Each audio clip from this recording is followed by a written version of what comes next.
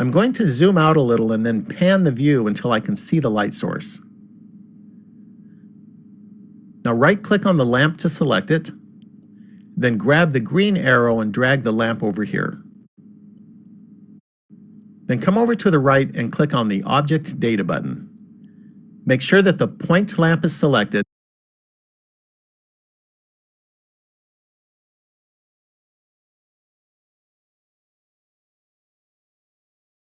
and then set the size to 3.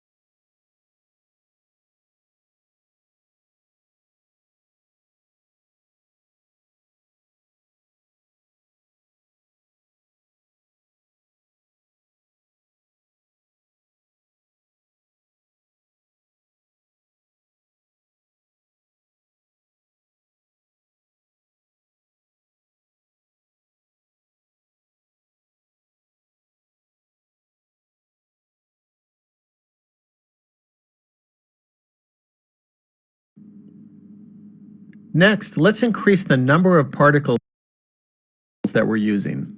So right-click on the text to select it.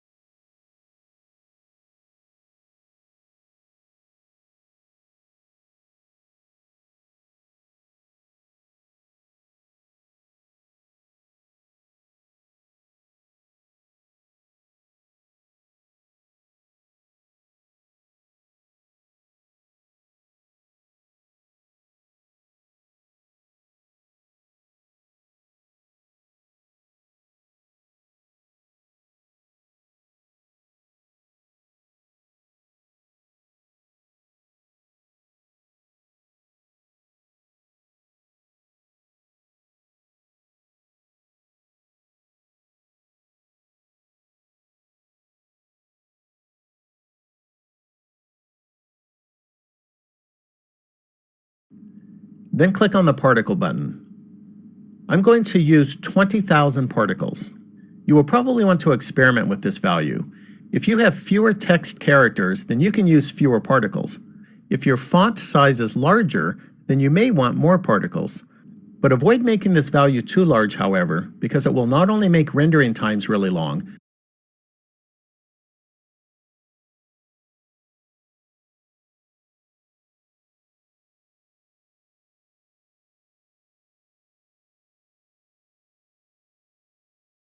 but it can also slow down the response time of Blender, which will make the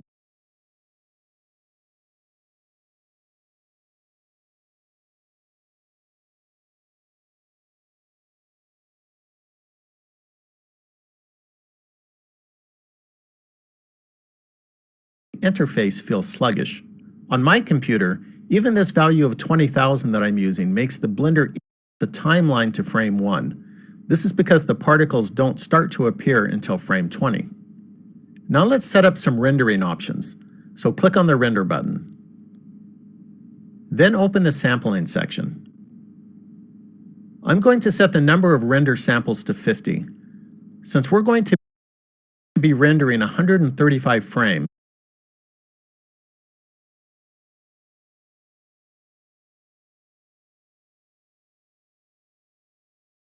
I'm going to keep this value pretty low to help minimize the rendering time.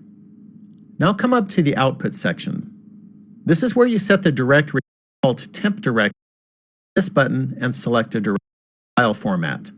There are multiple movie formats that you can.